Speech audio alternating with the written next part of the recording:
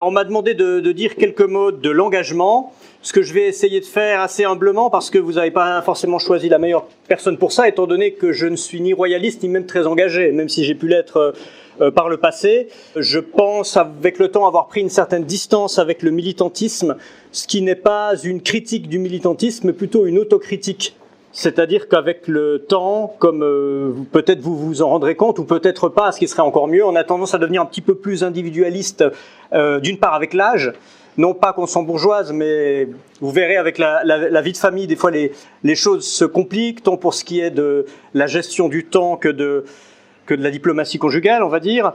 Et par ailleurs, le statut, pour autant que je sois un intellectuel, c'est comme ça qu'on me présente par défaut, le statut d'intellectuel, des fois, se marie assez mal avec la discipline militante. Et là encore, en disant ça, ce n'est pas une critique du militantisme que je fais, c'est une autocritique d'intellectuel. Tout homme qui pense par lui-même est forcément un électron libre et du coup devient, malgré lui, un petit peu rétif à l'esprit de corps. À gauche, on aimait bien l'expression, les intellectuels et les artistes aimaient beaucoup l'expression un peu démodée de compagnon de route. Beaucoup de gens, par exemple, tournaient autour du Parti communiste. Je sais pas, Jean Ferrat, par exemple, se disait « j'ai pas ma carte au PCF, mais je suis compagnon de route ».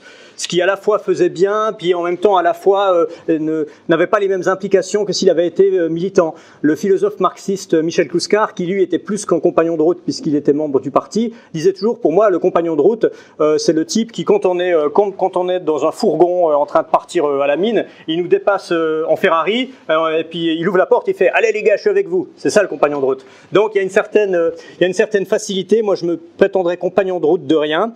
Et quand je dis que je ne suis plus militant, c'est avec une grande admiration pour ceux qui le sont, spécialement pour les jeunes qui le deviennent, et aussi pour ceux qui le restent malgré les difficultés de la vie. J'ai occupé certaines fonctions dans des structures militantes chez moi en Suisse, dans un mouvement populiste, dans lequel je me suis rendu compte que lorsqu'on est un cadre local, ce qui est très difficile, c'est qu'on est obligé de tirer l'oreille des plus jeunes quand ils font des bêtises, combien même on leur donnerait raison, mais les manquements à la discipline doivent être réprimés. Et d'autre part, on se fait soi-même tirer les oreilles par les responsables à un niveau cantonal ou national. C'est une position très inconfortable, surtout quand, en tant que penseur, on n'est pas prêt à faire des concessions sur le fond.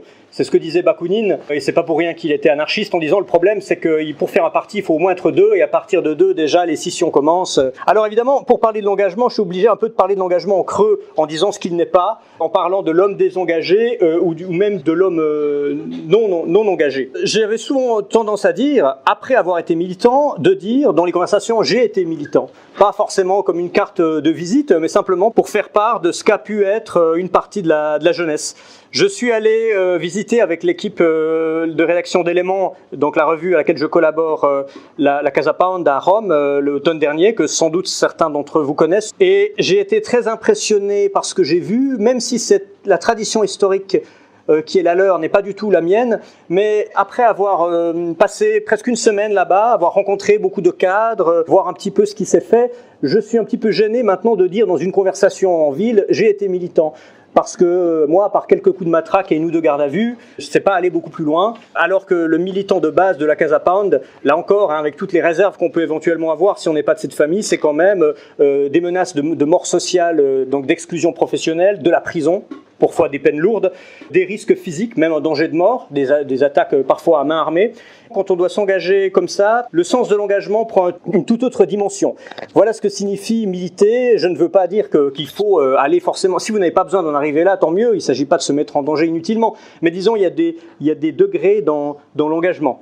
Ce qui m'a le plus impressionné, pour prendre encore un exemple lié à la Casa Pound, et ça va nous permettre de dessiner le portrait de l'homme engagé, justement, c'est que la maison, donc c'est une grande bâtisse de 6 étages, je crois, qui se trouve au cœur de l'Aquilino, à Rome, est gardée jour et nuit par des vigiles. Il y a même des meurtrières, comme dans un château, mais qui sont complétées par aussi des caméras de sécurité, qui sont des meurtrières modernes. Et il y a des jeunes militants qui sont là toute la nuit, je ne sais plus si c'est de 22h à 6h du matin. Après, le matin, ils vont se reposer dans les dortoirs collectifs. Et j'ai demandé, mais comment on recrute des jeunes pour faire ça? Est-ce que c'est un bizutage? Est-ce que c'est un rite de passage pour pouvoir accéder à un poste? Est-ce que c'est peut-être même une punition? Et on m'a dit que c'était exactement le contraire, c'est qu'il y avait une attribution des tâches hebdomadaires, je crois, et ceux qui s'étaient le plus illustrés par leur j'allais dire leurs bonnes actions, comme chez les scouts, mais c'est-à-dire leur engagement pour la cause, ceux-là écopaient de ces gardes de nuit. C'est un petit peu comme si dans l'armée, vous vous êtes montré héroïque, puis on vous dit « Ah, eh bien, bravo soldats, on va vous donner la responsabilité de la corvée de patates. » Alors ça, évidemment, c'est très anti-moderne quand on y pense, dans un monde où tout fonctionne à l'utilité, à la récompense. Je sais que c'est d'esprit romain, mais au sens antique du terme. Il y a quelque chose qui peut rappeler Plutarque, Scaevola, Cincinnatus, dans l'engagement total de l'individu à la communauté, à la cause commune. L'homme engagé, je pense que c'est celui justement qui se soulève contre la logique de la carotte et du bâton. La logique de la carotte et du bâton, c'est celle qui nous conditionne à faire les choses ou en vue d'une récompense ou par peur d'une menace. Donc c'est la logique de la crainte et de l'intérêt. Il faut dépasser cette logique de l'intérêt pour être anti-moderne. En disant anti-moderne, ce n'est pas nécessairement réactionnaire, ça peut être aussi révolutionnaire. Sortir du paradigme de la modernité, on peut le sortir par le haut, par le bas, par l'arrière, par l'avant. L'important, c'est de sortir de du règne de la quantité, de cette pensée utilitariste. L'exercice mental auquel on peut se prêter est de s'imaginer, par exemple, le soir, avant de se coucher, qu'est-ce que dans la journée nous avons fait sous l'effet de la carotte et du bâton, et qu'est-ce que nous avons fait gratuitement. Évidemment, dans un système qui est quand même coercitif, parce que la société fonctionne de manière coercitive, beaucoup de choses que nous faisons, que ce soit dans le cadre professionnel et que ce soit plus grave dans le cadre de relations sociales, est conditionné par ce besoin, ce désir de récompense ou cette peur du châtiment. Et peut-être que les domaines qui échappent à ça sont ceux de la famille, de l'amour, de l'amitié. C'est les seuls domaines qui échappent à l'utilité et qui du coup échappent à la société de la marchandise, à la société capitaliste. C'est un exercice de critique qui, en nous dessinant les contours du désengagement, peut nous montrer que cet engagement que nous faisons presque naturellement, je dirais presque par instinct, auprès de nos parents, de nos compagnons, de nos enfants, de nos amis, pourquoi ne le ferait-on pas dans un premier temps pour une organisation et par extension pour la patrie que cette organisation prétend défendre. Cette injonction au sacrifice s'oppose à l'injonction au plaisir qui conditionne l'imaginaire de la société du spectacle qui est le nôtre. L'inversion est allée tellement loin que maintenant la culpabilisation qu'on fait peser sur nous, c'est pas celle de ne s'être pas engagé, mais ce serait plutôt la culpabilisation du non-jouir quelque part. Et pourtant c'est plutôt un hédoniste qui vous parle, mais il y a une différence entre un sain hédonisme et l'exhibition de cet hédonisme qui, à son stade ultime, est finalement toute l'esthétique bling-bling. L'exhibition des moyens de dépenses ou des symboles de pouvoir économique ne correspond même pas au plaisir qu'on a à dépenser effectivement. On peut imaginer, parce que voilà, nous sommes tous matérialistes à un certain niveau, qu'on peut éprouver du plaisir à dépenser une somme d'argent pour se procurer un bien. C'est encore une autre chose de brandir le symbole de ça, c'est-à-dire des billets de banque, des dollars par exemple, qui en soi ne valent rien si ce n'est manifester pas uniquement un signe extérieur de richesse, mais un signe, une exhibition d'hédonisme. Peut-être que c'est quelque chose de pas si moderne que ça, peut-être que ça remonte à une vieille tradition que les anthropologues connaissent, qui est le potlatch, c'est-à-dire de détruire des biens dont on ne jouit pas, qu'on ne consomme pas, mais les détruire simplement pour montrer son prestige, ce qui est une marque de pouvoir antérieure aux capitalistes. Dans je ne sais plus quel roman, Michel Houellebecq parlait du phénomène des couples démonstratifs. Il remarquait en société qu'il voyait des couples sans aucune pudeur prendre, on va dire, des privautés dans des groupes sociaux, et une fois réduits à l'obscurité de la rue, se comporter avec la plus grande froideur. C'est lui qui le dit, je ne sais pas comment il fait pour surveiller des couples perdus dans l'obscurité de la rue. C'est sujet à caution parce qu'évidemment il a une vision pessimiste des choses. C'est étrange parce qu'on peut imaginer que, par exemple, dans l'attirance amoureuse ou sexuelle, ce qui plaît est la consommation de l'acte ou du lien, et non pas l'exhibition superficielle et spectaculaire de cette consommation. Pour vous dire que le monde capitaliste et qui est le monde du désengagement, même s'il s'est joué sur certains instincts, nous plaire et nous tenter, n'est pas une fatalité, parce qu'en réalité, il fait jouer beaucoup de choses qui ne sont pas forcément naturelles. Il dévie notre nature vers des distorsions qui sont vraiment de type névrotique. Être engagé, c'est donc reconnaître le caractère problématique, conflictuel, voire même tragique de la société, du monde, du pays, du quotidien. Et ce qui nuit à cette prise de conscience, c'est quand on le nie par une sorte de refoulement. Il suffit d'aller par exemple sur les réseaux sociaux, les réseaux sociaux sont sans doute un des supports où cette injonction à l'hédonisme démonstratif, cette culpabilité du non-jouir est le plus manifeste. On part du principe que tout le monde n'est pas absolument heureux, épanoui et souriant tout le temps. Pourtant, c'est ces images-là qui vont nous être montrées. Encore que ça dépend un petit peu, chaque réseau social est un réseau particulier. Tous vos murs Facebook n'ont pas le même visage en quelque sorte. Quand je jette un œil par-dessus l'ordinateur de ma femme pour voir son réseau social, ben, je vois plutôt des gens avec des lunettes de soleil qui fument des cigares dans des jacuzzis et qui boivent des cocktails devant des paysages des Bahamas. Quand je jette un œil sur le mien, je vois des gens qui se plaignent qu'ils n'ont pas d'argent, qu'il y a trop d'immigrés, que c'était mieux avant. Alors c'est pas tout à fait, mais je pense malheureusement que la sociologie de mon réseau social n'est pas la plus universelle. Elle vaut peut-être pas mieux d'ailleurs, parce que c'est très français peut-être aussi cette manière de penser qu'en se plaignant, on est révolutionnaire ou contre-révolutionnaire ou qu'on fait avancer les choses. Je vous le dis ça amicalement, moi je suis très francophile, mais je vois bien qu'il y a quand même parfois certaines différences culturelles. Et quand je fais remarquer à un Français qu'il est râleur, et il nous dit mais non, cette râlerie, c'est ça qui a fait, je sais pas, 1848, 1871. Non, je ne crois pas. Je crois qu'il y a une différence entre la rébellion, la mutinerie, voire la révolution, et la râlerie qui est très démobilisatrice. Néanmoins, même si je condamne cet état d'esprit, je pense qu'il vaut mieux que l'autre, et je pense que si la révolution ou la contre-révolution arrive, elle viendra plutôt de mon réseau social que de celui de ma femme, pour reprendre cet exemple. Parce qu'il faut commencer par reconnaître le caractère tragique. Vraiment, quand je dis tragique, c'est pour prendre une notion philosophique, on va dire problématique, pour rester dans le domaine politique, conflictuel, de la situation, parce que si on ne le fait pas, eh bien, on n'a pas l'intention de changer quoi que ce soit. Mais pour ça, il faut retrouver un certain sens de la gratuité. Ça demande une discipline, puisque je vous l'ai dit, puisqu'on fonctionne à la carotte et au bâton, on fait beaucoup de choses parce qu'on y est contraint. Cette discipline est en fait de l'autodiscipline. La discipline, c'est ce qui nous est imposé par le haut, par des autorités, que tous ici, quand même, en grande partie, nous récusons.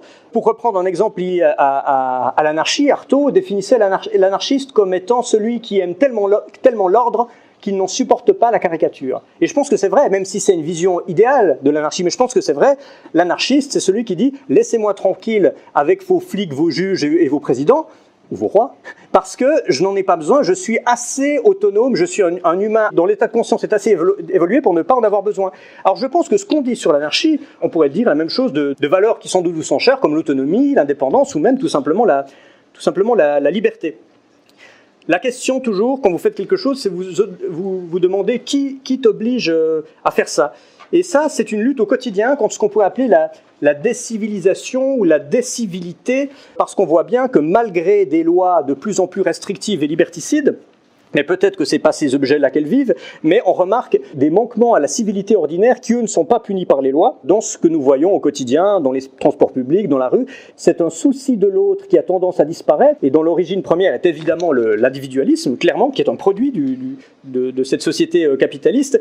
Et avant d'arriver au stade de l'engagement qu'on appelle le militantisme et qui est le vôtre, il y a déjà simplement le fait, mais ça je dis des banalités sans doute pour vous, mais le fait d'entretenir de bons rapports de voisinage et d'avoir à l'égard des inconnus avec lesquels nous vivons dans le même environnement, un rapport, je dirais, de bienveillance par défaut. Je pense qu'on devrait être, disons, bienveillant avec nos amis, hostile avec nos ennemis, et avoir une sorte de bienveillance par défaut pour les autres, ou alors on va dire au mieux d'indifférence bienveillante. L'indifférence n'est pas une hostilité, n'est pas une haine, n'est pas une aversion, et ça implique de s'entraider et de porter secours à quiconque ne s'est pas désigné explicitement comme notre ennemi et notre adversaire. Et c'est ce qu'on ne voit pas dans une société atomisée où on ne vient même pas au secours, je sais pas, d'une jeune fille qui se fait agresser dans la rue, de quelqu'un qui se fait truander dans le métro. Cette décivilité, pour prendre un gros mot, elle commence comme ça, et le premier niveau de l'engagement, qui n'est même pas politique, mais qui est social au sens le plus simple, devrait être d'intervenir comme ça. On le voit surtout dans les grandes villes. Moi, c'est un peu pour cette raison que je m'apprête à partir à la campagne. Lyon, je connais pas bien, mais je vois très bien que Paris, même si c'est une ville que j'aime beaucoup, n'est pas la ville la plus agréable du monde et que les Parisiens sont pas le peuple le plus sympathique du globe. Et ils ont quelques raisons de l'être. C'est vrai que essayez de demander votre chemin à un Parisien, souvent, avant de comprendre que je veux leur demander leur chemin et non pas leur vendre un abonnement de téléphone mobile ou de leur demander une petite pièce, c'est déjà un signe de recul. Je ne leur en veux pas parce que je comprends bien que je suis la 10e personne à leur demander quelque chose et que souvent il faut s'en méfier parce que c'est un autre plan qui est derrière. Mais c'est un petit peu dommage et c'est difficile sur une base comme ça qui est lié en plus à notre urbanisme actuel, complètement multiculturel, métissé, donc c'est-à-dire où il n'y a pas d'homogénéité, du coup il y a des fractures nettes, ce qui rend beaucoup plus difficile cette horizontalité parce qu'il n'y a plus de références communes. Ou presque plus. Cette civilité ordinaire, en plus, elle est considérée comme pathogène par les nouveaux pédagogues, les nouveaux psychologues. On n'élève pas forcément nos enfants dans le bon sens à partir du moment où l'évitement des contraintes est considéré comme le but en soi, où on croit à une espèce de souveraineté absolue du moi, hein, c'est-à-dire, bon, ça c'est vraiment le paradigme de l'enfant gâté qu'on a peur de frustrer à tout prix, ce qui aboutit à la fois à une forme d'autisme et de fragilisation psychologique avec lesquelles, évidemment, l'engagement n'est pas... ne coïncide pas tellement. Il faut viser vraiment cette notion d'autonomie face à un monde qui, au contraire, nous infantilise de plus en plus et essaye de combler ce monde qu'il crée par deux procédés principaux qui sont la judiciarisation des rapports sociaux et leur psychiatrisation. Donc en gros l'avocat et le psy. J'entendais encore dans le train aujourd'hui des gens qui discutaient de querelles, de voisinage ou de couple et du nombre de fois où ils appelaient la police. Je ne sais pas si ça va l'air très grave, mais j'ai l'impression que la police, à force d'être sollicitée alors que nous la payons avec nos impôts, ça pose un problème financier, bien sûr, mais ça pose aussi un problème d'autonomie, parce que si la moindre dispute ne peut plus s'arranger sans l'arbitrage, et en plus l'arbitrage de la police, donc toute une institution régalienne notamment, c'est un petit peu inquiétant sur notre capacité à l'autonomie, et il n'y a pas d'engagement possible dans ce cadre-là. Par ailleurs, du côté psy, on ouvre des cellules de soutien psychologique dès qu'il y a un chien écrasé. Et ça va dans les deux sens en même temps. Il y a une sensiblerie, on pourrait dire une fragilisation, et en même temps une déshumanisation quasiment cynique par l'individualisme. Je vous prends un exemple. Un jour, il y a 1 an ou 2, je me rends à Genève depuis chez moi, et il se trouve que le train avait presque 30 minutes de retard, parce qu'en rase campagne, il y a quelqu'un qui s'est jeté dessous. Il a dû s'arrêter et il a fallu dégager la voie et repartir. Alors là, pas de cellule psychologique, à part sans doute, du moins j'espère, pour le chauffeur.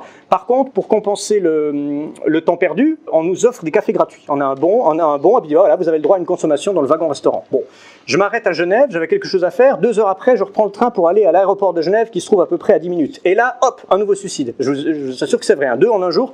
C'est pas comme ça tous les jours en Suisse, même si bon. Et du coup, je me suis retrouvé à la fin de la journée, j'avais peut-être perdu 1 heure, mais j'avais 2 tickets café. Alors, là, on voit bien qu'entre les cellules psychologiques, dès qu'un enfant est effleuré par le vol d'un pigeon, et puis les cafés gratuits, parce qu'il ne faut pas louper son vol pour EasyJet, on est dans une société qui ne sait pas forcément faire la part des choses. Cette dictature des médiateurs, pour les querelles entre voisins, les problèmes de couple, de divorce, c'est terrible, parce que ces gens-là qui étaient censés être la cellule la plus autonome de la société, le couple, sont ceux qui ensuite ont le plus de besoin de médiation extérieure pour ne pas s'entretuer, ou alors les relations parents-enfants par cette médiation-là. Il y a un homme qui a très bien analysé ça, qui est un psychologue jungien suisse, je fais un petit peu toujours de lobbying suisse, qui s'appelle Alain Valterio, qui a écrit un livre qui s'appelle Névrose Psy, les effets de la psychologisation sur les mentalités, et qui parle de ce qu'il appelle justement la psyrose, qui est quelque chose qui toucherait notre société et qui se caractériserait par la victimisation constante, la sacralisation de la médiocrité élevée au rang de maladie. On pathologise simplement une tare ou un travers, la prévalence de la loi du plus faible, le dévoiement de la bienveillance en complaisance, la culture de l'excuse permanente, le refus de porter des jugements et ce qu'il appelle la pédolatrie, c'est-à-dire la vénération de l'enfant comme un éternel martyr. C'est en gros ce qu'on philosophie, chez Nietzsche on appellerait la morale du ressentiment. Il écrit ceci: « Si l'on en croit la psyrose, l'homme individu est un homme qui se permet d'être faible, de pleurer et de ne pas se mettre à l'épreuve de ses peurs. Il faut avoir le courage de ne plus avoir de courage. La peur n'est plus un défi à relever, elle est une pathologie dont on va se guérir chez le thérapeute. Le mot volonté est devenu tabou, la ténacité, la persévérance, la constance sont des blasphèmes. C'est se faire souffrir inutilement. Tout s'obtient par la miraculeuse régression dans une antériorité, que ce soit une vie antérieure ou une enfance oubliée, ou un quelconque point de résilience qui devrait opérer sa miraculeuse transformation. » Alors là, les termes sont là, les termes épouvantails: courage, défi, volonté, ténacité, constance, persévérance. Ce ne sont plus des vertus comme dans l'éthique romaine dont je vous parlais, mais ce sont au contraire des choses dont on devrait se passer pour avoir une vie un petit peu plus, post-fœtale régressive. Dans un autre domaine, entre la psychologie et la sociologie, un auteur qui s'appelle Michel Schneider, dans un livre que je vous recommande qui s'appelle Big Mother, sous-titré Psychopathologie de la vie politique, parle quant à lui, je cite, de la psychothérapisation des revendications collectives. Et ça, c'est une manœuvre particulièrement perverse de la part du pouvoir, et on en a vu d'ailleurs quelques exemples encore récemment avec les Gilets jaunes. C'est quand il y a quelque chose qui est objectivement un engagement, collectif, politique, une revendication qui réclame satisfaction, en le délégitime, en le dépolitisant et en le ramenant à quelque chose de pathologique, c'est-à-dire à la fois d'individuel et à la fois quelque part d'irraisonné et d'injustifié. C'était d'ailleurs la technique un peu plus grossière de l'Union soviétique à une certaine époque, notamment sous Brejnev, qui, lorsque des opposants politiques commençaient à parler trop fort, d'abord les réprimait en termes de hooliganisme. On appelait dissidents hooligans pour faire croire que leur dissidence n'était pas politique, mais relevait finalement de la voyoucratie ou de la délinquance ordinaire. Et ensuite, le stade suivant après le hooligan, c'est l'aliéné, c'est-à-dire celui qu'on n'envoyait pas en prison, mais qu'on envoyait dans des hôpitaux psychiatriques, ce qui n'était pas forcément mieux d'ailleurs, enfin, pas plus agréable. Les écrivains proches du camp versaillais pendant la Commune ont attaqué les communards de la même manière en laissant entendre qu'ils étaient fous, que c'était tous ivrognes, que quelque chose leur avait monté à la tête. Et on a vu des commentaires sur les gilets jaunes qui étaient un petit peu pareils. Michel Schneider écrit: par un rabattement des fonctionnements de l'espace privé sur ceux de l'espace public, donc on privatise, on individualise, le conflit entre soi et l'autre, par exemple entre deux classes ou bien entre un peuple et un gouvernement, est dénié à mesure qu'est valorisé le conflit entre soi et soi-même. La lutte des classes relève désormais de la pathologie mentale, la souffrance sociale se traite par une médicalisation chimique, la privatisation du conflit collectif en crise personnelle est l'une des grandes réussites de l'idéologie dominante. Le gouvernement combat l'opposition en la dépolitisant. Le contre-modèle de l'homme aliéné, de l'homme dépendant, c'est donc l'homme engagé. Et quand je dis qu'il est aliéné, dépendant, il l'est dans tous les sens du terme. On a parlé du problème du consumérisme, du problème de la société du spectacle, mais parfois il est réellement aliéné physiquement si on le médicalise. Pas pour le faire taire, parce qu'on n'est pas sous Brejnev quand même, mais parce que réellement il est shooté à quelque chose, drogué à quelque chose. Et je pense que la figure du toxicomane, bien malheureusement, est celle qui est la moins souveraine, et l'individu le moins souverain, donc le moins apte à s'engager dans une lutte collective. Mais cette dépendance, elle n'est pas forcément directement physiologique, elle est peut-être financière. Si vous êtes dépendant à des microcrédits, eh bien la banque ou votre prêteur vous tient par là où il vaut mieux pas bouger.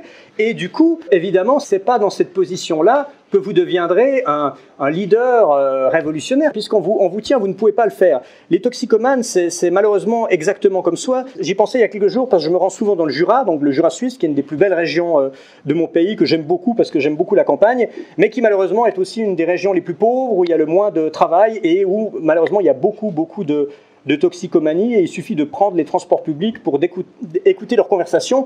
Pour être édifié, pendant 1 heure, j'ai écouté 2 types en train de comparer la topologie de leurs médications respectives. Si j'avais pas connu les noms dont ils parlaient, colmisocol, ils auraient pu parler de gastronomie ou d'œnologie, ça aurait été pareil. Il y avait presque la même petite étincelle dans ah oui, mais alors ça, c'est la codéine avec un petit peu... D'une part, c'est très malsain, d'autre part, ça devient un sujet de discussion, ça les sollicite comme auparavant, sans doute, disons auparavant, ils avaient les mêmes sujets de discussion sur la qualité de la bœuf, et ça détourne de l'engagement, et ça le rend impossible, parce qu'évidemment, en cas d'effondrement, par exemple, malheureusement, je donne pas longtemps à ces gens pour vivre sans cette médication que leur assure une assistance qui en tire ses propres bénéfices.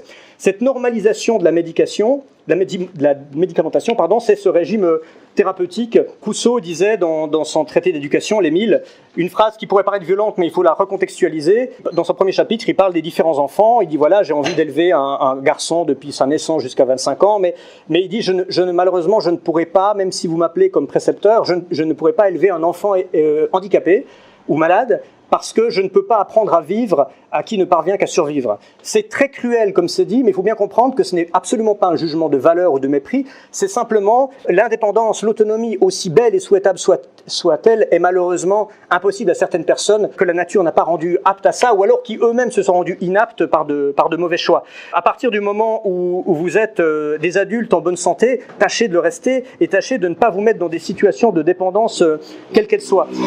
Parce qu'évidemment, il faut être au clair avec soi-même pour pouvoir s'occuper des affaires communes, être un adulte bien charpenté psychiquement. Sinon, on tombe dans l'escroquerie de ce qu'on appelle la révolution intérieure, C'est-à-dire, il faut d'abord faire la révolution en soi pour pouvoir la faire dans la société. Le problème, c'est une escroquerie parce que ce stade-là n'arrive jamais, on le projette toujours à demain. C'était un petit peu l'idéologie hippie qui ne pouvait déboucher sur rien puisqu'elle ne s'est jamais changée en engagement collectif, c'est-à-dire en engagement tout court. C'est assez genré d'ailleurs parce que sans vouloir faire de réduction sexiste, en général, l'attention masculine se tourne davantage vers l'extérieur et l'attention féminine vers l'intériorité, les questions de psychologie, voire de spiritualité. Je ne fais pas de jugement de valeur en disant ça, c'est pas une réalité biologique, c'est une réalité de genre, mais c'est une réalité de genre extrêmement vieille, déterminée par une anthropologie plurimillénaire, c'est de l'épigénétique, comme on dit. On le voit dans les succès de librairie, les essais politiques ou les livres d'histoire ont beaucoup de succès chez les hommes.